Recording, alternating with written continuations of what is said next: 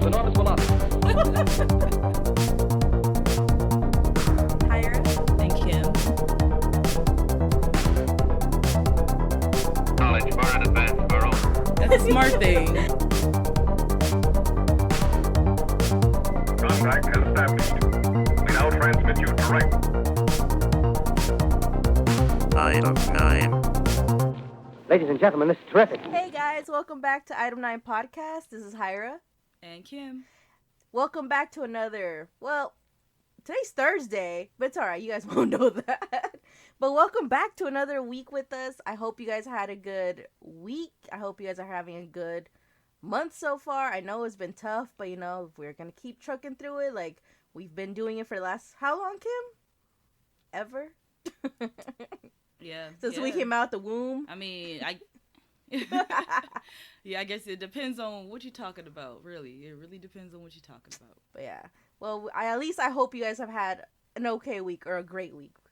But, you know, thanks for hanging out with us today.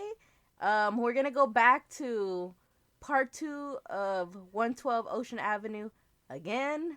It was a long one, so we had to cut it in half, and we hope you enjoy the second part. Yeah, it's a long episode.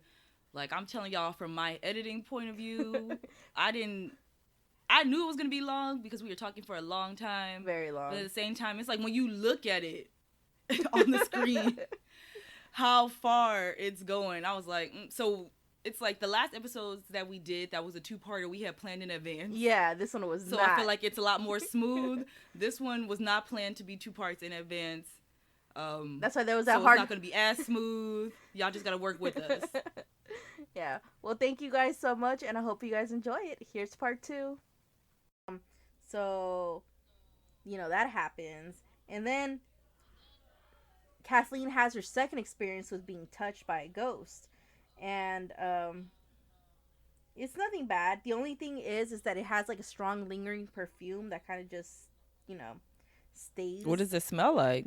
They just say like a strong florally scent, you know, like, you know, the typical haunting Flowers. Perfume. And so she said, Did you say the typical haunted perfume? yeah. But so yeah, she starts smelling it. And you know, at first, you know, she says that it feels like a woman. It feels like a motherly touch, a motherly hug, very reassuring. But all of a sudden, she starts hearing this ghost trying to whisper something at her. And she just says something in her gut just told her, don't listen to it. And she's all like, no! And she like pushes it or whatever. And it just goes away. And it goes away, right? She has an Aunt Teresa that comes to visit. Now, in the book, they say that she is an ex-nun. Mm-hmm. She is no longer part of the church, but you know, she goes to visit. She goes in and she just starts noticing that everything is kind of weird. Like, she looks at George, he's looking dirty. She sees the kids and wait, they had this wedding and he hasn't been properly bathing? Nope. That's nasty. Yeah, I don't even know. I forgot all about his hygiene decline. Yeah, like he's just he's just being like, you're tearing me apart, you know. He's grungy now. I know. So anyway, the Aunt Teresa comes. George's looking all dirty. She sees the kids, and she just notices that kids don't even say hi to her. The kids just kind of go off. And, you know, she's hurt. She's like, man, these kids and I used to be close. What's going on? And then, you know, the aunt he's showing her the rooms and stuff like that, right? And they go to the master bedroom, and she just kind of looks funny because they have those mirrors. And she's like, y'all be doing some kinky shit up in here. So she's kind of like giving them like a judging look, but, you know, whatever. And then she's judging them because they're mirrors. She used to be a nun. Come on. Yeah, but I mean, they're married.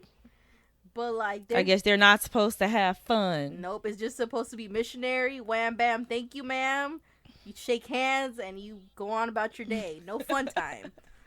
You shake hands. No, in the Waco docu-series, he was like, "Oh, I was almost having fun." Wow. His wife was like, "You can have fun sometimes."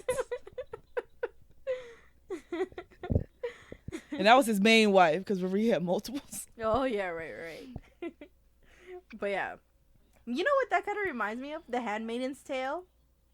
Oh yeah. Kind of like that. But anyway. I never finished that show. Oh, really? It's so good. I never finished the show. So One good. day. One day I'll get back on that. It's all right. You got time. Yeah, I think I got to the point where she was going to the club with him and her friend was there. You want to get, what is a book in the club? What? Roll with... I like how you always go back to like early 2000s rap. That was your time. That was my time. I like it when they call me a bitch and a hoe. Oh no.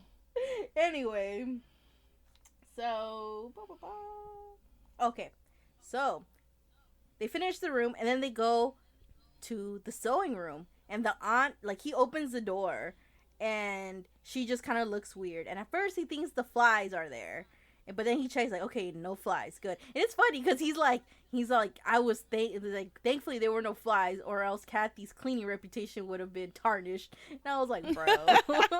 That's what you was worried about? I was like, bro, really? You fucking seeing pigs up in this bitch and you worried about her thinking y'all dirty? Well, first of all, you look dirty. How dare you? Second of all, like, that's what you're worried Well, I guess he about? was like, I'm dirty right now, but my wife is not. Yeah. Remember, she scrubbed all that black tar stuff from both bathrooms. Yeah. So She was serious about her cleaning. she really was. She really was. I would have been like, dang, let me call the realtor because this is not it. Let me have her come get someone to come clean this. Yeah. I'm like, I ain't pay all this money for this house for this to happen. Like, what kind of plumbing is this? Right? It's funny because in the movie they show, like, the house, and I don't care. Like, $80,000 for this house might be, like, a really good deal, but in the movie the house just looks so old and it needs so much work, and at that point that $80,000 is not worth it, because now you got to put more money into the house because there's shit probably wrong with it. Fix it, yeah. Yeah, but I don't think it was like that. I'm pretty sure that the Fail family, they were wealthy. Like, I'm sure they kept their house. Yeah, and it only been a year, so yeah, they, I guess, make it look like that in the movies for dramatic effect. Like, oh, y'all bought this creepy old house. I think so. But yeah, so they open the sewing room, and Aunt's looking like, and the guy's like, oh shit, flies. But then there are no flies, thank God. And then he's looking at her, and she's like, I refuse to go into that room. There's something wrong with that room. Can't nobody pay me to go in that room. And she leaves it as that. She goes downstairs and she dips. She leaves. And Kathy's looking at her aunt like, hey, stay for dinner. And she's like, nope, there's something wrong with this house. I am out. And it's funny because in the book, it's so dramatic. Because she goes, she's like, no, I'm leaving. I'm out. She goes and she has a car and she, like, skirts out of the house and shit like that. All fucking dramatic. But in the book, Aunt Kathy came in a fucking bus. Like, she's all like, hey. Dang, so she walked back to the bus stop like, this is not it. I'm out. She refused to get the ride from George. She just left, and everyone's like, well, that was weird. And they're like, shit. And at this point, they're starting to realize that people are just acting weird around the house. They're like, what's wrong with this house? Like, when this happens, they're like, what the fuck is wrong with this house? But they won't say Do that. they finally talk? Oh, they still haven't talked about it. I know, but they don't say that to each other. They just kind of think it in their head. They're like silently agreeing with each other, but not having the conversation. Yeah, exactly. Now we get to the red room. So after that Aunt Teresa incident happens, then they find this red room. So I guess Kathy is putting stuff away, like, in a pantry, and then she sees, like, this, like, cabinet, and she accidentally, like, hits it hard, and it kind of, like, moves, and then she realizes when it moves that it's dark in there, like, there's, like, a space. So, like, she pushes it more, and then she realizes that there's this small room in there, like, small, and they look at the floor plans, and they realize that that room isn't even on the floor plans. But when they first open that room, they just well, she doesn't open it. Never mind. She sees the hole. She calls George. George comes. He pushes it open. They find the small room, and it's red. And on top of that, it smells, how they say, human excrement in there. So it smells like poop. It smells like poop and blood, which they're like, it smells like blood too. Ooh. But yeah, so they're Kathy's kind of freaking out a little bit. She's like, what the fuck's up with this room? It's not even on the floor plans. And the guy's like, don't worry about it. It's great. We can have extra storage. Woohoo. So, that's how they end it. Um, I'm like, you want to put your stuff in this room that smells like blood and poop? I guess just gotta clean it with some bleach. You want to you want to store things in here? But Because like, even if you were pretending like there's no ghost, there's no nothing happening, at bare minimum, an animal probably died there. yeah, that's what I was know? thinking too. I'm like, maybe there's a dead animal in there. But this room is like 4 by 5, so 4 feet by 5 feet. So it's a Very small. Yeah, it's a small room. And you know, it's funny because I saw this YouTube video about a family, not a family member, a friend of one of the DeFeo girls, and she says that that red room was not a secret. Like, they knew the room was there, and they did use it to store like toys and stuff like that. So she goes in there and she sits in there and she's all like, this is not secret, it's not even creepy, it's just a little room, and we used to use it like as a playroom, or we used to put toys in there, like it was just room for us to play. But like, it's creepy because it's kind of like in a closet looking area, and it's kind of like you have to open a door, and in that door you gotta duck down and get in under the floor. I don't know, I'll Yeah, it's a secret room. It's a Yeah. secret room. Yeah, so it's like, you know, so that happens. Another thing that starts happening is the Lutz have a little porcelain lion, tiger, cat creature statue, right? And they used to have it in, I want to say it's the living room. And all of a sudden Kathy starts seeing this statue moving, and she's all like, who's moving it? Because it's a fucking statue and it's moving on its own. So she gets creeped out. They get the statue, they move it, they take it to the sewing room, right? End of that. Tell me why this fucking tiger lion creature thing ends up back in the living room, and fucking George walks, like, he trips over it, he falls on it, his ankle lands inside this fucking creature's mouth, and he gets hurt. And she says all she remembers after he fell was you can see the distinct bite marks of the fucking creature's mouth on his ankle. Wow. Yeah. And the thing was, like, how did it get there? Like, they put it in the sewing room, how is it back downstairs? And this I was gonna say, I just think it's kind of funny that they're like, this thing is being creepy, we're gonna put it in the creepy room. into its home, into the creepy house. Put it in there. Yeah, because they're like, the sewing room, there's something not right about that room. Yeah. And then they're like, this statue's moving, it's something not right about this statue. And so they put it in that room. So they move it. So the crazy thing about this statue is that they try to get rid of it multiple times, but it keeps coming back like the fucking Ouija board. Like, it just keeps coming back. They can't fucking get rid of it.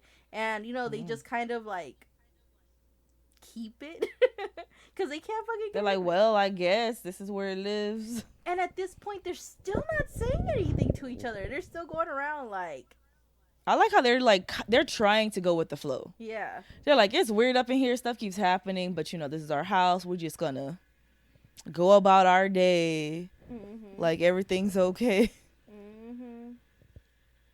I think they would have benefited from leaving the house from time to time, because it doesn't seem like they spend a lot of time away from the house. Yeah, which they do say that when they go into the house, they start getting this feeling that they don't want to leave. Like, they just want to stay in the house, and whenever something comes up where they have to leave the house, they get mad. Like, they're really trying to stay in there.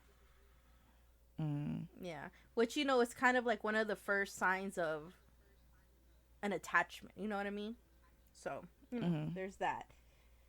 So after that whole thing, that whole lion thing happens, like I said, George is fucking obsessed with this fire. So, you know, he's out there, you know, he's in the house fucking doing his fucking logging job and shit like that. And all of a sudden, he's just staring into the fire, and he starts seeing a face, like a hooded figure. Like, I don't know, it's weird because he said it's like a hooded figure, but he can see its face, and like part of the face is blown off, and he's like, it's a demon. My head, I'm like, did you just see Don DeFeo? Because remember in the DeFeo episode, we find out that Dawn had like part of her face missing, because that's the most, like, that's why some people speculate. And she just looks that bad. Yeah. As a ghost. Yeah. So he sees that, and that shit trips him out. But He don't say nothing. 2 weeks after that incident, he wakes up early in the morning and he just hears like the wind blowing, and he goes to the second floor. I mean, he gets out of his room and he starts realizing that all the doors are open, the windows are open, all the doors are open, and he can't close them. Like and it's cold because, mind you, it's the winter time. Fucking all the draft is the cold air is let in, so it's freezing in that room. He's trying to close the windows, he's trying to close the doors. He can't close them, but he realizes that Missy's door is the only one that's closed. So he runs in there, he opens it, and he realizes that Missy's room is the only room that's hot. And on top of that, her fucking rocking chair is rocking. Again. And nobody's in it. He tries to call, the priest again, but, oh, no, sorry. So that happens. So, that stuff starts happening, and, what's her name? Kathy decides she's going to try calling Father Mercutio again. So, Father Mercutio, whatever father you want to call him. Father Mercutio from the morning, Father Ralph from the research I could gather. But anyway, he, Wait, in the movie, his name is Father Mercutio? Yeah. Like from Romeo and Juliet? I have no idea, but yes. That's one of the characters from Romeo and Juliet. Yeah. But, so she tries... Isn't that Romeo's friend? The plague on both your houses? No Rona here. But I don't remember. I know I read Romeo and Juliet, but you know what? Have you seen that meme of Romeo and Juliet? Like, have you seen that one with the guy who's like... Yeah, you sent it to me. Oh, that one. Romeo, Juliet, and they both look with eyes closed. Anyway, so she tries calling Father Mercutio, but all of a sudden she smells that perfume, and the smell just freaks her out. She's like, nope. And even though this time the phone was ringing, because before when they would try to call him, it would just be static, nothing happening. But I think this time the ghost was messing with her. It's like, I know you smell me. So he put his odor on and let the phone ring, and the smell alone scared her so much that she just like, nope, just hung up and walked away. She's like, I'm not trying that shit. The floral smell. So I don't know, that's funny because the book series that I'm reading, the Lords of the Underworld, the Lucian, who is keeper of the demon of death, smells like flowers all the time, because I guess death smells like flowers. I didn't know that. Maybe that's why. Yeah, it talks about his friends are just so used to the smell they just ignore it. See, that's what I'm telling you, is that stereotypical fucking haunted smell, the florally, perfumey smell. But anyway, so one night fucking he's back downstairs doing the fire, right? And Kathy goes down there because it's getting kind of late. She's like, hey, when you come to bed, George? He's like, I'm gonna go up in a minute. He's like, all right. So she goes and she turns off the light, and all of a sudden while she's out there, Kathy sees red eyeballs looking at her, and she freaks out. And George turns around to look, and he sees the eyeballs too. But he sees the eyeballs, and they're outside of the window. And he runs out of the house to go see what's going on, but he doesn't see anything when he goes outside. But he does find hoof footprints on the snow by where that window's at. And he follows pig? Yep. Like pig hooves? Pig hooves. And they're... And he follows them? Yep, and they're gone. Like, he just sees them, and then they just go up to a certain point and disappear. How many days in are we at this point? I want to say we're kind of... You said they're only there for 28 days, right? Yeah. Yeah, after a while, I stopped putting down the dates, because for some of them, they have specific days, but for some of them, they just put, 5 a week together. So it just happened, in the span of whatever week it was. Yeah, because they're having so many things happen, so I can imagine it's 2 things happen this day, 3 things happen this day, and that was back to back. So one day, fucking Kathy, I don't know what room she's in, But all of a sudden, she just feels a hug. But this time, she realizes the hug is different. It doesn't feel like a feminine hug. It feels like a man is hugging her, right? Oh, before it was a feminine hug? Yeah, she said it was like a feminine, like motherly type of hug. But this one feels more like manly, right? And she just says all of a sudden, she just starts feeling like she's being tugged by two entities. So she's a fucking ragdoll, and they're like pulling her, right? And she says that it's so bad that she just ends up passing out. She just passes out. And then Danny comes, and he's like, hey, yo, mom, you okay? And she's like, what the fuck happened? And he's like, I don't know, you're just on the floor. And shit, you know, it's some fucked up shit when your child finds you on the floor, and you're like, ugh. Yeah, wait, how hard were they pulling her arms? I don't know. It must have been hard because it made her pass out, so I don't know. So, George, at this point, you know, he's feeling kind of like, what the fuck's happening with my house? What the fuck's happening with me? What the fuck's going on with my family? So he decides to drink the pain away. So he goes to a bar. And in the book, it's called like the Witch's Brew, which I love the name of it. But I think I'm putting this together. It doesn't say in the book. I couldn't find it anywhere. But I think he goes to the bar. I think it's called Henry's, the one where Butch DeFeo used to go a lot, because the guy who's working at the bar looks at him. He's like, holy shit, dude. And he looks at him. He's like, dude, you look a lot like this guy who used to come here a lot. He's like, he doesn't come around here anymore. He's probably never going to come back. And he doesn't tell him who it is, but, you know, he's insinuating Butch DeFeo. Oh, so he looks like Butch DeFeo. Yeah, he does at this point because he hasn't shaved or anything. He does. Like, if you look at the pictures of Butch DeFeo and of George Lutz at the time, the beard and the hair looks pretty similar. So And he's still not bathing. Still not bathing, girl. So, you know, they're talking and stuff like that. And all of a sudden, the guy starts telling him that he knows about the Red Room. He's like, one time he went down there for Mr. and Mrs. DeFeo anniversary or something like that. And he was the bartender, so he was down there and he finds the Red Room. And he says that it's so fucking weird room. It's weird, but, you know, he just kind of thought that that's where they hid their money or whatever. And he started saying the weird thing that happened is after he saw that room, he started having nightmares about like people in robes, and they would kill like dogs and pigs and stuff like that. So like a little weird ritual sacrifice room. Yeah. So did they have ritual sacrifice? I don't know. So, you know, they try calling his father again. The father's like, I don't want to go, but I will have a little mass for you guys. And so he has a mask for them. And then after he has that mask, it's like shit goes back crazy in the house. Like, just shit starts happening. And they're not having a good time. The house starts smelling again, like human excrement, maybe a dead animal. And at this point, George is kind of getting into, like, the occult part or, like, demonology type of things. And he starts, like, he reads a book and he starts realizing that if you start smelling like human excrement, it probably means that there's a demon near, right? So he's just kind of putting that stuff together. And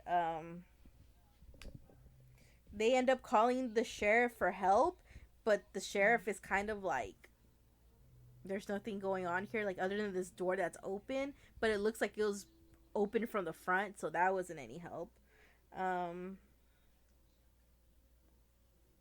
He starts telling, like, they tell the sheriff of the stuff that's happening, you know, but the sheriff's not buying it. He's like, nah, you guys are full of shit. That's not true. You guys are just trying to make a mockery of what happened in this home or whatever, you know. So they keep going. But George realizes that he has a friend whose girlfriend is, what do they call them, a sensitive? So he calls his friend. He's like, hey, do you think you and your girlfriend could come over and check out the house? Use her, you know, psychic abilities to see if she senses anything. Yeah, so they call her and they're like, oh, he's like, okay, I'll call and see what happens. I don't know what happens, but after this happens, both George and Kathleen finally acknowledge that something weird's happening in the house. Now they're on the same page. I don't know. That felt like fucking long ago, but now they're in it together. You know, they're like, we're not crazy. This shit's happening. After weeks of just keeping it to themselves. Mm-hmm. They finally acknowledge that something's happening. After they acknowledge that something's happening, I guess at some point they're both asleep, right? And he wakes up because he's having like this feeling, and George finds Kathy levitating off the bed by like 2 feet. Like she's levitating. Yeah, above the bed. She's up there. So he has to like She's 2 whole rulers up. 2 whole rulers up. Yes. And he like has to pull her back down. And after that whole levitating incident, they call the priest again. And, you know, at this point, the priest kind of, like, sucks it up. He's all like, these people are in, like, danger. They want me to come help, blah, blah, blah. But they know it's fucking real because they call him. They're like, hey, can you come over to our house? And the guy's like, why do you want me to come over? He's like, you know, just come over, come chat, come talk to us. And he's all like, oh, well, I'm kind of busy, you know, because he doesn't want to go. He's trying to come up with an excuse to not to go. And he's like, oh, well, can you come back and bless the house? And he's all like, why do you want me to come back and bless the house? I already did it. It's not something you just do all the time. Yeah. I'd be like, look, it didn't work. I need you to redo it. It didn't work. Why else would somebody ask for you to bless a house again? For fun? No, because stuff is happening. Yeah. But you know, the guy like don't act dumb. Okay, you know something's not right in this house. But yeah, so it's like, but the guy doesn't want to go. Like the priest really, really does not want to go. That's why he had the mass instead of going in, you know. But anyway, so it's funny. This is your job, part of your job. You don't come in here. You know, it's funny because in the book, the priest is talking about all the work he has to do, and I'm all like, really? You really got to do all that work? Like, come on, man, you lying. Come on now. You ain't the only priest. Like, there's other priests. Exactly. You better spread that work out. So they end up being like, come over, and he's like, no. He's like, come on. He's all like, and he's like, we'll get you drunk. Just come over here. And the guy gets mad. He's like, I'm a priest. You don't talk to me like that. And that's when George's like, listen, some weird shit's happening. Fucking Kathleen just levitated 2 feet. And the guy's like, he's like, yeah. So that's when he sucks it up. He's like, all right, let me see what I can do. Let me go talk to my homies and see what kind of Catholic thugs I could bring over to come fight this shit. You know what I mean? So, you know, homie goes out there, right? He goes and he talks to his people. But the weird thing is like the priests listen to him, but they pretty much tell him like, don't go back in the house because, you know, it seems like something's not right. Tell them to have paranormal researchers go in, and then after that, when we have like valid evidence or something like that, or proof, we'll see what we have to do. So, you know, he pretty much tells them like, hey, you guys need to have some paranormal researchers come over and see if they can back up your claims. So that's one of the things that happens. Now, Kathy is tired all the time. She's no longer worried about leaving the house because before this, she really wanted to dip. She really wanted to leave. But the problem is, you know, like they put so much money into it. No one's going to want to leave somewhere where they invested so much money and it's going to be expensive. They don't want to go, you know? But yeah, now she's getting really lethargic, doesn't want to go nowhere. And see, that reminds me of the end of Paranormal Activity, the first one. Yeah. Because Katie was like uncomfortable and she was freaking out all the time. And then when it like got her pretty much, that's when she just laying around in bed and she's like, oh no, everything's gonna be okay. And everything is not okay. It's not okay. And it's crazy because at this point now, George is starting to hearing like noises. He's starting to hear like people downstairs, and he says that he swears up and down it sounds like there's a marching band in the house, but nobody but him can hear it. Like Kathy's asleep, the kids are all asleep, he's the only one who can hear it. Hear a whole party happening. Yeah. And so his friend finally comes with his girlfriend, right?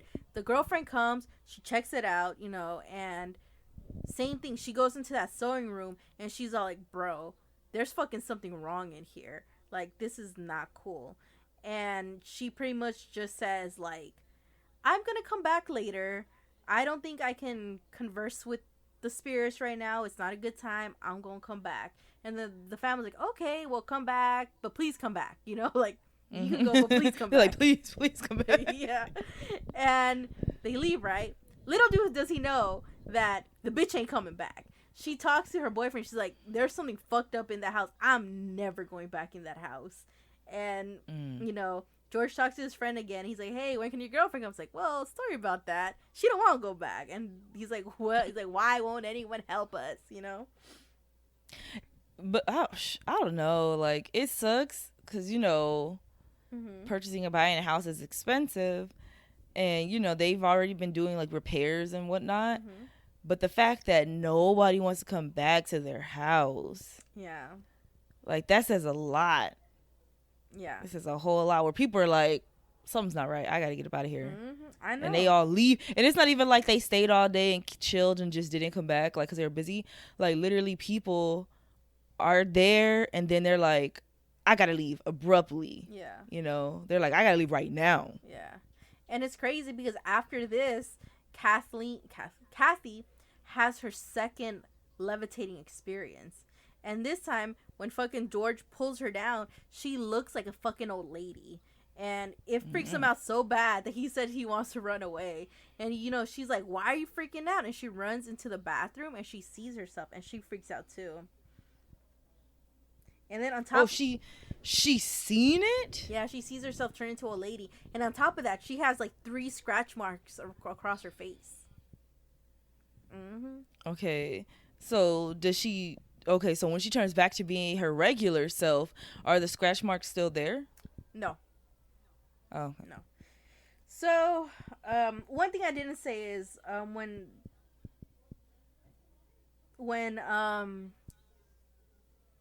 George's friend's girlfriend, when the sensitive was in the house, she started talking in a male voice, and the male voice was pretty much saying like, usually when you have ghosts in the house, you don't want them to leave, but in this case, you need to have it exorcised and cleared. And it came in a male's voice, and fucking George's like, hey, that voice sounds familiar. And then he's like, wait, that sounds like the priest's voice. Somehow, this lady was talking for the priest. I don't know how, but that's what they said. You know, whatever. So, you know, is the priest still alive at this point? Yeah, he's still alive. He's just suffering in another home, in his house. So, you know, after the levitating issue happens, a banister in the second floor rips apart. So, like, rips, like, out of place. They fix it, and then fucking Kathy and George like, fuck it. Let's just bless this house ourselves. So, you know, they fucking DIY that shit, get the fucking cross, get the book, open all the windows, and fucking start, you know, calling, you know, for the Lord. And all of a sudden, they just hear a voice fucking saying, will you stop? And they're like, whoa! Like, this dude is mad. Like, he's like, cut that shit out. And, you gotta commit after that point. You gotta be like, keep going, go. Yeah. Sling that holy water everywhere. Like, you know what? Something's happening at that point. Something's happening. Yeah, so they call, after that, just shit just gets worse, right? So they call the father again, and the father's like, stop. Just stop. So this is probably like their last weekend there. He's like, get out of there. Just fucking leave. And, so he's like, just fucking stop. So they get off the phone. When they get off, all of a sudden, they start finding this green ooze on the walls, right? They find the green ooze, and Kathy gets mad. Like, listen, after all these... Because she's into cleaning. Yeah, I know. She's into cleaning. So, like, no, this is the funny part, because, like, after all these experiences, she sees this green ooze, and she thinks the kids do it. So she goes, and she's gonna go over here and smack the kids, and the kids fucking G's over here just dip, and, you know, like, black, bitch, black. And they're like, it's not us. And, you know, George's like, calm down. It probably wasn't even the kids. Tell me why George goes up to this green ooze and fucking puts his finger on it, sniffs it, and then fucking licks it. Yes. I mean, even if it wasn't like ghost related, that could have been mold. Isn't that shit ectoplasm? Like, it's like, I know. Ghostbusters. Fucking ghost jizz. Like, he just busted a nut on the wall. You over here fucking licking it. Like, bro, could be anything. Just open your mouth next time. Catch that shit. Ah. That's why the ghost was waking him up at, it was at 3:15 every morning. Exactly. He said, this guy is down. He's down. He's a real one right here. But yeah, it's funny on my notes I have taste, ew, LOL. Yeah, that's nasty. Yeah. Oh man. So remember how I told you that Kathleen's brother got married, right? The married couple go to the house, and the wife, her brother's wife, has an experience. She says at night she was laying in bed, and she saw a fucking child like sit on the bed and touch her leg, and it wasn't none of the kids from the house. So she freaks out and she tells him what happened, and you know the George and Kathleen believe her, but the brother doesn't. He's like, no, you're probably just imagining. It's probably just a dream. She's like, the bitch is like, no, I saw what I saw. I saw the bed indent, and I saw that kid. Something fucking touched me, and that's something she gets. They get mad about the sister-in-law seeing the ghost. They open all the windows, and fucking George is mad. He's just telling the ghost, get the fuck out of my house, get the fuck out of my house, this ain't your house, get out. He brings out the Bible. He starts reading again, and same thing, like the fucking fire roars to life. Like he said, the fire was dying, but then it roars to life, and all of a sudden he sees a fucking mist go up the stairs, and it goes into Missy's room, and he goes in there and he realizes that she's freezing cold, like fucking like, what is it? Hyperthermia cold type of cold. Oh wow. Yeah, she's freezing. And this is when her room was the warmest room in the house. Yeah, so he gets her, and he tells Kathy like, warm the bitch up, and he runs upstairs and he checks on the stop. So he goes upstairs. Wait, is this his child or his stepchild? His stepchild. Imagine if he used that phrase. He hands her daughter and says, warm this bitch up. So he runs upstairs, right, and he checks on the boys, and both the boys are freezing cold too. So he gets them and he brings them downstairs, and now they all gotta be warmed up, right? So he's laying there trying to warm them up, and what I personally think what happened here was this auntie was like, bitch, I told you to stop trying to evict me from my household. I'm gonna show you something that's gonna make you stop. So he shows them that he can do harm to his children. So that's when he kind of like gets a little frightened, because now it's not just after them, it's after the kids too. All right. Ghost warning, you know. I mean, it already kind of was. They had the boys fighting for no reason. But they don't know, you know. Like, to this day, they don't know why the kids were fighting. Yeah. And the kids never said why? Nope. Talking about, fucking, what is that shit? Fuck. Well, what's the one movie where the lady was getting raped by the ghost? The Entity? The Entity. Fucking Kathleen has an Entity moment. She says one night she's tired. She goes to lay down. And all of a sudden, like, she starts, you know, having, like, you know, the sexy dream, you know? And she starts having a dream that she's having sex with a man that's not her husband. And she wakes up from this dream, and she says she's just feeling good. She felt like she just had some real sexy time. And, you know, she's feeling it, you know? So that's something that happened to her. That reminds me, there's a story, or like it was supposed to be, I guess, like a succubus was sexually harassing the whole family, but then at the same time, supposedly the family was just lying and covering for one of the family members. Yeah. I don't know. You should look that one up. I forget what it is. I know I've seen it or heard it on one of the things that we be watching about, like, true crime and hauntings. Yeah, I think I know which one you're talking about. But it's one of those ones it's an where old it's like one. you don't know if they were really being haunted. Yeah. Like, they might have been, but then they also might not have been. Yeah. They could just be lying. No, yeah, definitely. So that happens to her. Okay, now we get to the smashed fucking hand, okay? So One day it's like raining. They have to close the windows because they're all open, and all of a sudden Danny's hands get fucking smashed. Like I said, like like fucking like pancake in the window, right? And they can't get it out. The whole place is fucking vibrating, and it won't open. It just eventually opens by itself. Eventually, they're all like, it just opened real easily. Like something was like, okay, I'm done, and let go, and they could easily pull it up. So they took his hands out, and his hands fucking looked like his finger should be broken, everything. And they go, and they fucking are trying to figure something out, right? So George is fucking pissed. He's over here like, come fight me, fool. He's out there yelling at all the windows, screaming, fucking pissed. And the mom's, taking care of the son, right? Whose hands broke. Yeah. And they said that it's crazy because first his hands were all smashed down. Well, let me tell you what Danny said, okay? Because I saw this documentary with Danny. So that day, he says that this really did happen. And he said that when the dude was up there, doing whatever he was doing, his mom is trying to get fucking ice and stuff like that to put something on there, to help him feel better. And he says that all of a sudden he sees him and his mom both witness a ghost enter the room. And then I think they're in the kitchen because there's like this little nook with like seats, and they say they see an imprint of someone sitting down at the nook.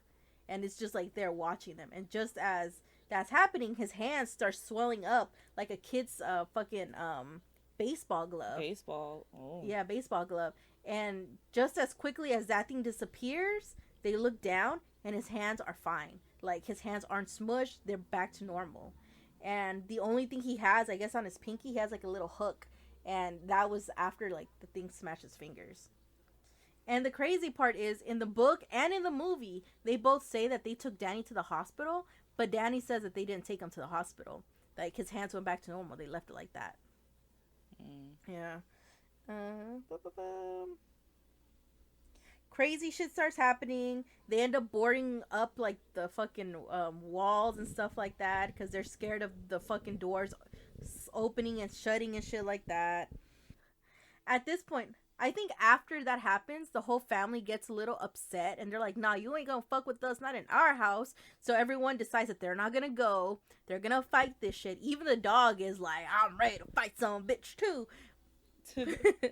So, they all start sleeping together in the same room, and all of a sudden, George just starts having nightmares. He starts screaming, I'm coming apart. And the family's like freaking out, and they're like, wake up, wake up, wake up. And he, like, when he wakes up, they're like, hey, dude, you were fucking yelling, I'm coming apart. And he's looking at them like, I know what I dreamt about. I didn't say I'm coming apart. I said I'm coming unglued. So it's all like, what? Like, I was like, whoa. Like, okay, there's a difference. You're not about to be together. That's what it, that's for sure. Yep. I guess George is just like sitting on a chair, and all of a sudden he says that he got picked up. Like, he's sitting on this chair. All of a sudden, the chair with him on it gets picked up, turned around, and all of a sudden is that, I know, sorry, I keep forgetting you're down there. And it's that hooded figure again with the face blown off, and it pretty much like 360s him to make sure, like, bitch, do you see me, And we making eye contact now. They're making eye contact, and all of a sudden the demon's face starts morphing, and it I'm sorry, it's gonna get low. It's he turns it. They're looking at each other, and eye to eye, squared up, right? And all of a sudden the face starts morphing, and it turns into George's face. Yeah. Oh no. All of a sudden Jody comes in, and he's like, hey, George, Jody wants to talk to you. And then that's when, he realized, he's like, who the fuck is Jody? And she tells like, it's my pig friend. And that's when they realize Jody's not imaginary. So he gets Missy. He tells Kathleen, hey, take Missy. He goes up to the room, right? Oh, yeah. Oh, because Jody was waiting for him. Yeah. So, he gets it, or he gets him, right? And so, fucking Jody's up there fucking waiting for him, right? And all of a sudden, he sees red eyes from the window again, and also fucking Kathy sees it too. Tell me why the bitch gets scared. She grabs a rocking chair and she goes out to the window and she like fucking like hits it. Like, I don't know, like she hits the thing and she says that the next thing they know is they just hear like like he fell, like it hit him or something. Yeah, like they say like they hear like direct hit. Like a direct hit, you know? And they just hear like something got hit and a scream and then the window breaks. And then fucking, like, I guess she fucking must have hit him with the fucking chair and it must have, like, startled him and he fell out the window. And then, so Chris, the little one, he's the one who says that, because, you know, after that shit happened, everyone kind of, like, turned around to leave. And Chris says that he saw Missy looking out and, like, waving at the pig, like, bye. Like, I'll see you later, Jody. Like, I don't know. Like, it's just fucking weird. Yeah. And then that's when fucking the mom asked him, like, do you remember when you were asking me about the angel? She's like, yeah. She's like, were you talking about Jody? And he's like, oh, yeah. Fucking Jody told me he was an angel. That's how I was asking you. Do angels, like, talk and stuff like that? So, yeah.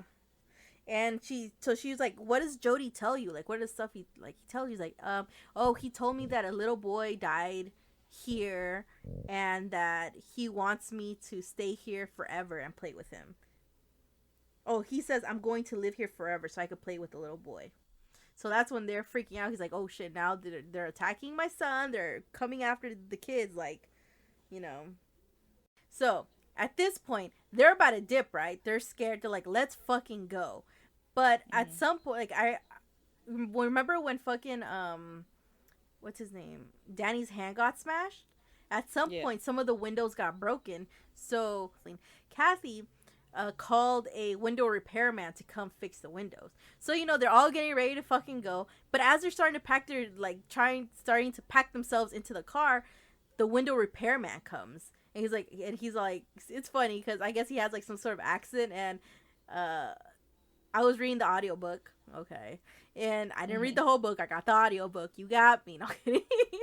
And it's funny because the fucking reader starts doing the guy's fucking accent. It's just funny. It was just funny. Oh, wow. But yeah, he starts doing the guy's like accent. And, you know, when they see that the guy comes in and he fixes the windows, nothing weird happens. So the family's like, maybe it is us. Maybe we're going crazy. Like some shit's happening. So we're not going to leave. We're staying now. We're staying. So they stay, right? That window guy could have seen something, just ignored it. He probably seen stuff at other places too and was like, you know what, let me just fix the windows and get out of here. Probably. Yeah, because the guy fixes it. There's one more window that they can't fix because it's like they need a carpenter to go fix the side. So he's all like, I can't fix that. Get a carpenter and then call me and I'll come back. And they're like, all right, cool.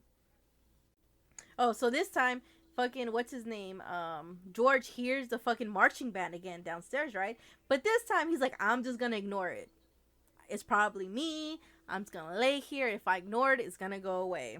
So, you know, no one wakes up. He's the only one who will hear it.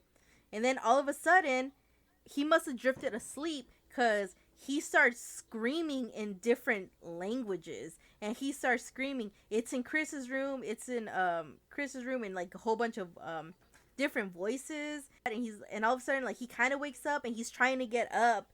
But he sees a shadow creature and it won't let him get up. And he can just see that Chris is in the room or something like that. And he just dreams that Chris is getting picked up by this shadow creature. And I don't know, Kathy like is seeing that he's acting crazy. So he eventually wakes up. And she's all like, dude, stop tripping. Everyone's here. It's fine. Relax. And then Chris, like, actually, I left for a while to go to the bathroom. And I did see a shadow creature. And I got scared, so I came back in here. They getting every sign to get out that house. And they're ignoring them. And this is after they're all realizing, like, no, something is happening. And they're still ignoring the signs. Yeah, I'm actually getting to the end, though. Promise. You know, after that night, I want to say that he had it, like, he was trying to get up and he felt like, you know how I was telling you he couldn't get up, right? He said he felt like he was being stepped on and they were like hoof feet and stuff like that. Yeah. Getting stepped on. Yep. I'm like, this is getting ridiculous. Come on. Like, I ain't really done nothing to you. What you guys step on me for? With your fucking hoovy ass feet. Get off me. Shit. Hey, get your hooves off me. You think he takes a shower after he gets out of the pool? Or is he one of those that's a bath? He's not even getting in the pool. Because remember, his in my mind, his hygiene is just getting worse every day. Oh, I'm talking about the pig. The who? Oh, the demon. But like, that's a good question. It's like, do demons bathe? Yeah. I don't know. In Maybe the when they're blood, getting- the maybe blood when- of the sacrificed animals, maybe. Probably. Maybe when they're getting sprinkled with holy water. Cling, cling, cling. Maybe that's why they don't like it. They don't like getting wet. Yeah, they're like, I just got this filth the way I want it, and you're putting water on me. How dare you? That's rude. So, after this, they're like, okay, we're fucking leaving. So they pack everything up, right? They call the police, and they're all like, hey, we're gonna be gone for a while. Can you guys just make sure everything's okay? So, they're packing everything up, right? And all of a sudden, they get in their car. It starts raining. They're like a hurricane, like, fucking raining, like fucking raining. Mm-hmm. Anyway, they get in their car, and all of a sudden, the car won't start. Like, the car is dead. It's not going. And so George gets out, and he goes to look under the hood of the car. So, he puts up the hood. He's looking, and all of a check sudden, everything. yeah, and all of a sudden, it gets like pushed down, like the wind blows, and it just like punk, closes back up, and he can't open it. So he goes back in the car. He tries to start it. It's not starting, and he's all like, "This thing is not gonna let us go. It does not want us to get out of this house."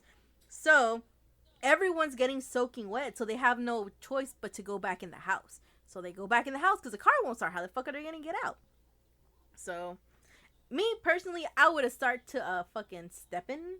I would have walked to whatever house I need to go. Like, fuck that. Yeah, like, we just gotta make it to our neighbor's house. We don't even gotta get far at this point. So they get Just back. out of the house. I know. So, they go back into the house, and at this point, for some reason, the kids are just playing. Like, they're having fun in the house or whatever. It's like nothing happened. And, George is just there. He's like, please, God, just let us be okay. Let this evil be expelled. Come on, help us out. Please, And all of a sudden, as he's, asking God for this, he sees the ooze again. It starts oozing green slime. And Hope he didn't taste it again. huh?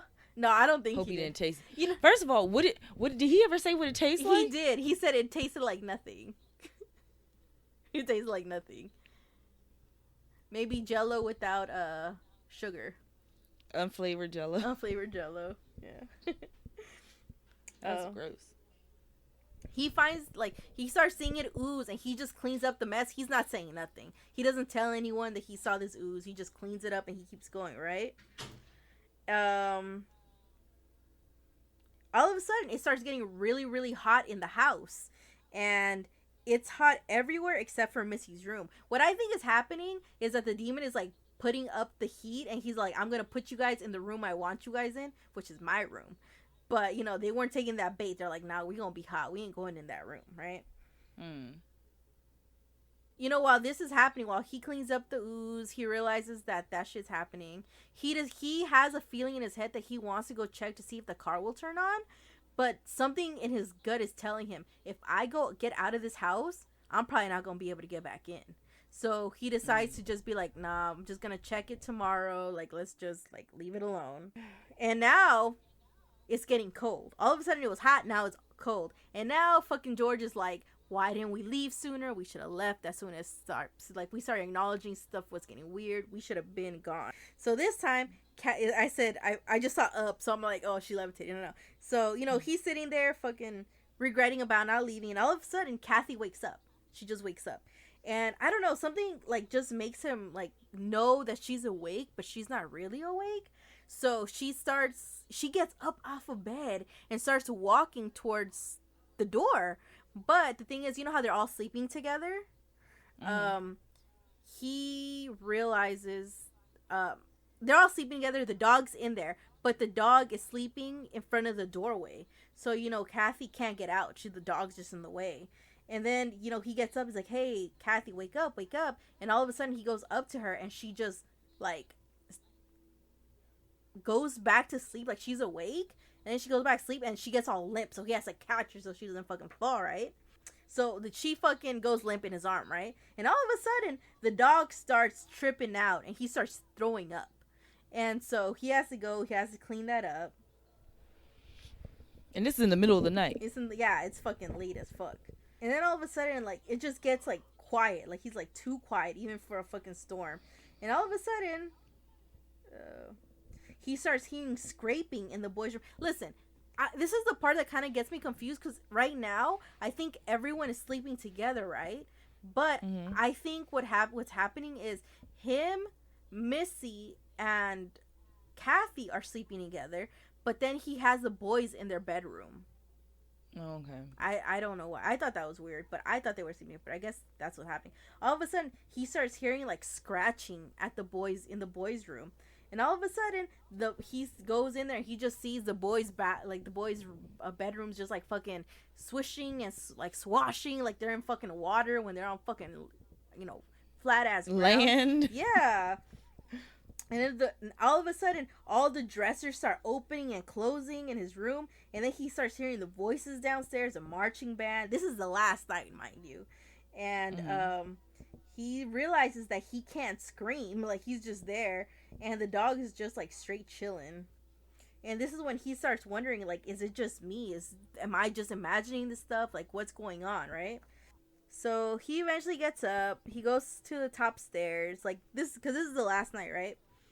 All this shit starts happening. So he gets up. He finally can get up. And he goes to, like, the fucking, So, you know, on the second floor, there's, like, a little area to go down the stairs. He just sees this giant white thing. And it's pointing at him. And he gets scared. And, he runs away. Like, he runs into the room. And he's like, Kathy, we're getting the fuck out of here. This is it. This is the line. We are done. So they get all their, like, they get themselves. They don't take anything else. They get themselves. They pack themselves in the car. And the car finally works. And they're like, we are out of this fucking bitch. And that was the 28th day. January 14th, 1978. They decided to pack all their shit up and never go back. But, the thing is, like, they end up leaving. But after they leave, even the family says that things still followed them. Like, they weren't, like, left alone for a long time. So, they leave. I don't know if I should talk about this other stuff or if I should just leave it. Because there's so much. Is it important? Well, it's just about the investigation and stuff like that. Like, what they did after. Because, it was investigated by Ed and Lorraine Warren, so. Oh, okay. This is one thing that I wanted to say. People speculate that the DeFeo family probably realized that something weird was going on in their house, because right before, like, all this, like, before they got killed and stuff like that, the family had ordered to get some, like, Catholic statues made. So they're all like, maybe they were haunted, like, and that's why they got that stuff done. And another reason why they think maybe the DeFeo stuff might have been a haunting was, I don't know if you remember, but okay, I kept saying in the DeFeo one that they all got killed by a shotgun. Excuse me, that was incorrect. That was not true. They got killed by a rifle. I'm sorry. I am an ignorant swine. I apologize. But anyway, they were saying It's a rifle. So they're all like, it doesn't matter. That shit's still out. He's like, how is it possible that they didn't hear the gunshots and they only heard the dogs barking? And I was watching this thing where people were saying, like, the reason why they probably didn't hear is maybe because they were getting haunted. And one of the things that they realize is that sometimes in haunted places, the sound just kind of gets trapped in that small area. And you can't hear anything other than what the entity wants other people to hear.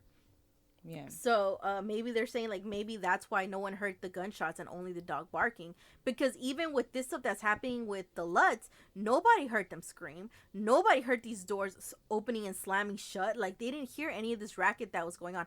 They didn't hear the fucking marching bands, So it's like one of those things, like, maybe they were getting haunted. Who knows? Yeah, it's like, where'd they get those statues from? Because that might be the source. Yeah. They brought those statues in the house, and all of a sudden they all ended up dead. Yep. But you want me to tell you where the fucking Lutz family gone and fucked up? I mean, When okay, yeah. No, this is where they really gone fucked up. When they bought that house, they bought the furniture that the DeFeo owned for $400. They kept the furniture, Kim. Oh, so maybe if they gotten rid of the stuff that was in the house, they might have been okay. Yeah, probably. But they're saying that they bought the bed frames. Like, they were sleeping on the same bed frames that they died on. Oh. Yeah. Yeah, I definitely wouldn't want those. Like, even if I kept, like, the couch or whatever, I don't want the bed frames. You said people was murdered on these. I'll pass on those. I know. So, the investigation starts on March 6th. This Channel 5 News ends up having, like, a segment because, it's kind of like a ghost story, and it's weird because it's at the DeFeo house. So, Yeah. this news reporter, Laura Didio, she ends up having psychics. Well, at first she just called Ed and Lorraine Warren to come check out the house, but then the Warrens decided to bring some of their friends to come investigate the house, and they had about like 3 seances that night, and they had some weird stuff. Like, some of the people were starting to like feel uneasy, they weren't feeling good, but one of the cameramen, his name is Steve Petropoulos. He is like a serious cameraman. Like, he used to cover like war zones and stuff like that. But at this house, when he was going up the stairs, he just started feeling weird, and he had to like sit down, and he started having heart palpitations. So that was a weird thing that happened to the news team. So, they had that stuff started happening, and there's this very famous picture that let me show it to you actually. This is one of their famous pictures right here. They see this ghost right here of a child, and supposedly it looks like John DeFeo. There's a little picture right there. But the crazy that's what they're saying he looks like. Yeah, but the crazy thing is that on this day there were no children present because the Lutz family wasn't even there. Like, they refused to go back into the house. And so this is after they left. This is after they left. This is just the Channel 5 News and the fucking mediums and stuff like that by themselves. So that they have this picture. But some people believe that this probably didn't happen. There was another guy. His name was Paul Bartz. And I guess they say that he looks similar or something like that. But I don't know. I saw the picture of the guy. I don't think he looks like that at all. Because that day they said that he has a plaid shirt. And if you look closely, like, you see a plaid shirt right here. But my thing is, like, he doesn't look like the guy Paul Bartz. But the thing is, nobody knows where Paul Bartz is right now. Like, he just disappeared. Like, nobody knows where he's at. Oh. So they can't even ask him. Like, I think they asked him once and he didn't say anything. But now that they want to ask him again, like, he's nowhere to be found. Just missing. Yeah. There's another, like, people believe that this is also a hoax because after all this stuff happened, the Lutz family got in touch with William Weber. And I don't know if you remember, but in my DeFeo episode, he was the one of Butch's lawyers, and they pretty much called him and told him, like, hey, listen, this is what happened at the house. Maybe you guys should get him some help because what happened in the house was fucking crazy. Like, we're suffering from it. Maybe you guys should, call for some help for him. So, William Weber invited them over to come talk, right? And all of a sudden, they got together and they started, like, coming up with an idea to, like, make the house, like, a haunted attraction and having people come in and talking, like, they'll exaggerate some of the stuff that happens so they can have more people come over. And apparently, there's, like, a videotape that Laura Didio was allowed to listen to. Like, George was like, listen, before we continue, I want to, like, have you hear this, and then from there you can believe us, but I just want to let you know that night we had a lot of wine. We were just talking about, like, what happened, and then the guy, he was the one who came up with the idea to make it a haunted house, and they just kind of went along with it because they were just trying to, like, they were just talking about it. It was just like an idea in their head because, like, why shouldn't we profit from what we endured? You know what I mean? Yeah. But yeah. but he's like, just FYI. So that's why some people believe that this is nothing but a hoax. Everything is fake because of that happening. Yeah, because it's like if it really happened to you, you wouldn't want to go back. If you turned it into an attraction, that means you have to go back. No, they don't want to go back. That's the one thing they said, that they would never go back into. Oh, so they wanted to profit from it, but never see what it looks like? Like I said, it was just an idea at the moment. William Weber was really the one who brought it up as an idea, and I think they were just kind of going along with it. But the only thing was, William Weber did say that he wanted them to write a book or something like that, but some of the money would be going to Butch DeFeo, which they were not down with. They're like, no, he killed his family. We do not want him in any shape or form to profit off of what happened there. So they kind of told him no, and everything kind of just broke apart.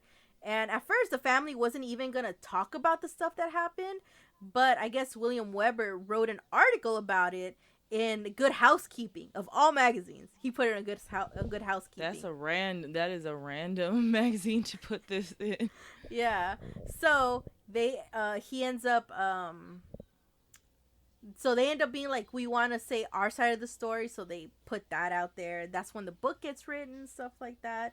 And it's just a lot of craziness. Like, a lot of the family is estranged now. Like, they're not, like, Kathy and George divorced in 1988, and they got married in 76, so it was a few years after. Kathy died in August 17, 2004 of emphysema, and George died May 8th, 2006 of heart disease. Oh. Yep. What about the kids? The kids? Well, after George Lutz died, the kids started talking more openly about the stuff that happened. Well, I'm gonna tell you right now, you can take this off if it's too long or whatever, but so the book came out, right? And Chris Lutz, he was the youngest one. He said that there was an interview that they wanted him for the History Channel, and they went in, and he's all like, because he's just going by the movie. He's like, the movie was bullshit, blah, blah, blah. And there's like, okay, well, if you want to set the story straight, we'll come back and we'll ask you what is true from the book and what is not true from the book. And that's when he realized, none of us have ever read the book. Let me go back and read the book. So they go and they read it. First of all, apparently they never had a really close relationship with George the way he was portraying in the book. I guess at the time when that happened in the book, it kind of seems like they didn't have a dad, but their dad was still around, and he would, they would see him on Sundays for visitations. But in the book, it made it seem like the father wasn't even around. Come to find out, the dad, Lutz spoke to their dad, and he pretty much said that he wants the kids to himself, and he had the dad sign the kids away to him so he can like legally change their names and stuff like that to be his kids. Oh wow. Mm-hmm. And on top of that, the kids swear up and down that George actually dabbled in the occult.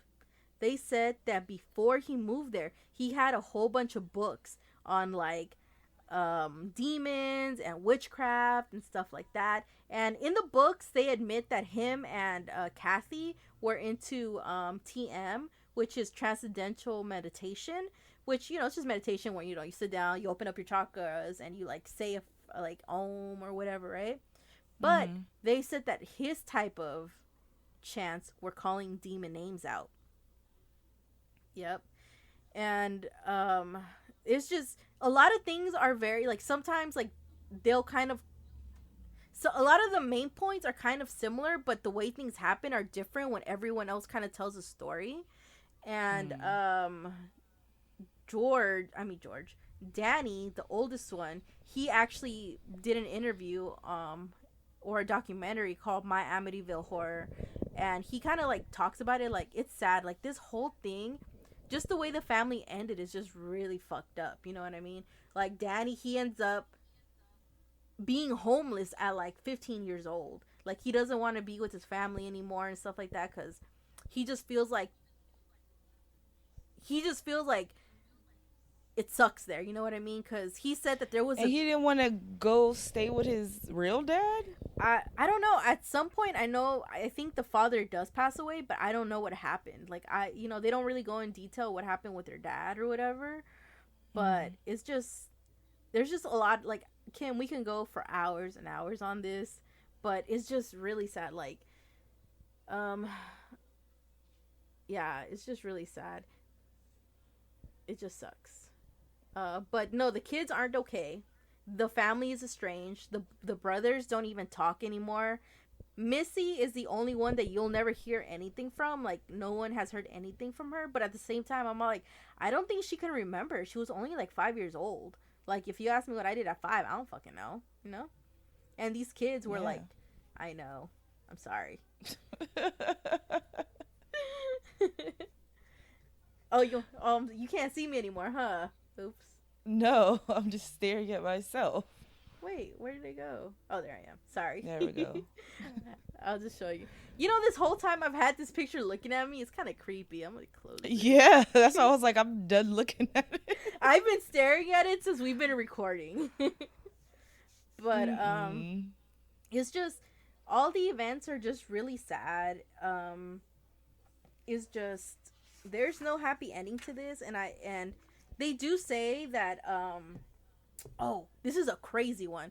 Fucking Danny said that before they moved into the DeFeo home, he said that one time, like, he would skip school, right? And one day he just kind of came home early, and he saw people in the garage, some dudes in the garage, and he peeks in, and he says that he saw fucking George Lutz sitting there, and he was like doing some stuff, and he said that he saw George Lutz moving things telekinetically with his head. He saw him grab a wrench, and he said it took a while, like it like levitated, like it came slowly, and then it took it a minute to come down, but eventually it came down, and he just saw, he's like, what the fuck did I just witness? So he runs and he goes to get his mom, and he's like, Mom, I just fucking witnessed this shit. And she's like, what are you talking about? He's like, come. They go, and he goes to George. He's like, George, show my mom what you just fucking did. And when that happens, his friends just kind of look at him. They get up and they leave, and that's like, they don't even bring it up anymore. Oh, so he was in just like some weird cult. Maybe. That reminds me of what was that? Riverdale, when they had the weird magic cult. I don't know. I stopped watching it around that time, but like I think that's the end of season 2. They have the cliffhanger where Betty goes outside, and because her sister had twins, and then she had gotten into some group called the Farm or whatever. Oh, I remember. And then the mom got into it, and then at the end of season 2, because they hadn't really like touched on it at all, really. Betty comes home and she sees the mom and her sister drop the babies in the fire, but then they started floating. And then she passes out, and that's the end of the episode. Yeah. But it's just crazy. Like, they say that stuff, and there's been interviews with the Lutz and stuff like that, and they ask them, are you guys into any occult stuff? Do you guys? And they're like, nope, we don't even dabble in it. Like, all we've done is transcendental meditation, but that's it. And now these kids are talking, and they're all like, no, he's been into this shit for a while, and they believe that's why he picked the DeFeo home, because he believed, like he knew, about that kind of stuff, and that's why he kept the furniture, and he kept doing his weird shit in that household, and he just made it worse. And you call, if you call out for evil things, you get evil things in return. So they all blame George for what happened to them. They're like, if he would have never dabbled in this fucking weird shit, if he would have just fucking not been an abuser to us and stuff like that, all this shit would have been good. But nope, he was into that weird shit. He's over here fucking smacking us around and shit like that. Like, what do you expect is gonna happen? Yeah. But yeah, that's that about that. It was. I told you it was gonna be a long one. Like, it was just so much. It was a lot. Like, I'm surprised I still remember some of the stuff, to be honest. But it was hard. I don't know. What do you think? Do you believe them? Do you not believe them? What do you think? I don't know. It's interesting hearing the kids the boys' point of view, where they're like, nah, they were doing stuff specifically. He was doing things that probably caused these things to happen. I still want to know why was the mom getting flashes of the other, the DeFeo mom having an affair. like, yeah, where did that come in? Like, why was she getting flashes of the murder? Maybe. But then he wasn't, or at least maybe he just never said anything. Yeah. And that's what he was doing at 3:15 in the morning, wandering around watching the murders happen. Maybe. But I don't know. But yeah. I want to know why the boys was fighting. I do too. Like, they don't ever say why. The boys, well, at least Danny does say that at the end, like, that last day their beds did levitate. Like, both the boys say that they both witnessed things. Like, they're like, the house was definitely haunted. Like, shit really did happen, but they do blame it on George. They're like, it's his fault that all this shit happened. Yeah. I don't know. Like, I definitely believe that stuff happened to the degree, like like you said, like, sometimes you gotta make things a little more exaggerated, make it like a little more, a little more flavor in there for people to like listen, for Hollywood to listen, for people to make all these movies. So of course I believe some of the stuff is exaggerated. I just hope that these kids will come out and actually tell us what really happened, even if it was just like the ooze never came out. That's like just like the bare minimum happened. I'd believe that, you know what I mean? But I don't know, like, it's just really hard. I definitely believe that something happened, but it just sucks. Like, the kind of stuff that happened to them, it just sucks, Well, yeah, that's that about that. I hope you guys enjoyed this episode. Thank you guys so much for sticking with us. I know this is a long one. It's probably going to be 2 episodes. We're going to see if we can cut it down to be shorter, but there was just a lot. But yeah, thanks again for all your support. Thank you for all our new listeners. We really appreciate you guys. We have so much fun doing these episodes, and we hope you guys stick it out with us. So thanks for joining us on Item 9 Podcast. This is Hyra. And Kim. And don't forget, you're the bee's knees. Item 9. Bye, guys. Bye. Toodles.